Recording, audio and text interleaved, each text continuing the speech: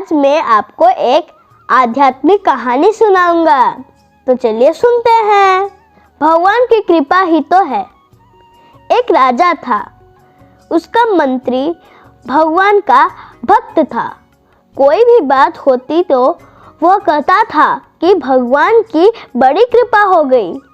फिर एक दिन राजा के बेटे की मृत्यु का समाचार सुनते ही मंत्री बोले, भगवान की बड़ी कृपा हो गई।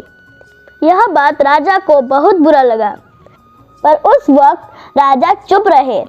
कुछ दिनों बाद राजा की पत्नी की भी मृत्यु हो गई। इस बार भी मंत्री ने बोला, भगवान की बड़ी कृपा हो गई। यह बात सुनकर राजा फिर से चुप रहे। एक दिन राजा के पास एक नई तलवार बनकर आई। राजा तलवार की धार को जांच कर रहे थे कि उनकी उंगली कट गई। मंत्री पास में ही खड़ा था। फिर मंत्री वही बात दोहराया।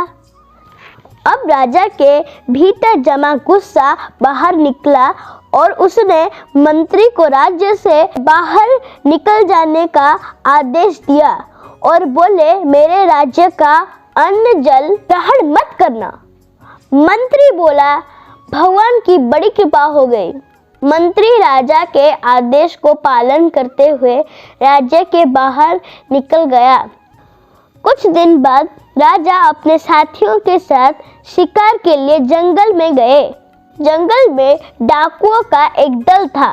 उस दिन डाकुओं ने काली देवी के पास एक मनुष्य की बलि देनी थी। स्वयं से डाकू लोग राजा को पकड़ लिया बलि चढ़ाने के लिए। डाकुओं के पुरोहित ने राजा को पूछा, तुम्हारा बेटा है? राजा बोला, नहीं, वह मर गया। फिर पुरोहित ने पूछा, तुम्हारी पत्नी है?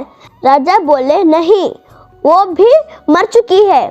फिर पुरोहित ने राजा के शरीर जांच करने लगे, क्योंकि बलि चढ़ाने के लिए पूरे के पूरे शरीर चाहिए। पुरोहित ने देखा, राजा की एक उंगली कटी हुई है। पुरोहित बोला, अरे, राजा का तो अंग भंग है, बलि के योग्य नहीं है, इसे छोड़ दो। इस तरह डाकुओं ने राजा को छोड़ दिया। राजा ने राज्य के लौटते ही सेना को आज्ञा दी कि हमारा मंत्री जहाँ कहीं भी है तुरंत वापस लाओ, क्योंकि राजा को मंत्री की बात समझ में आ गई थी कि जो कुछ होता है हमारे भले के लिए ही होता है। धन्यवाद। कहानी अच्छी लगी तो लाइक, शेयर और सब्सक्राइब कर देना।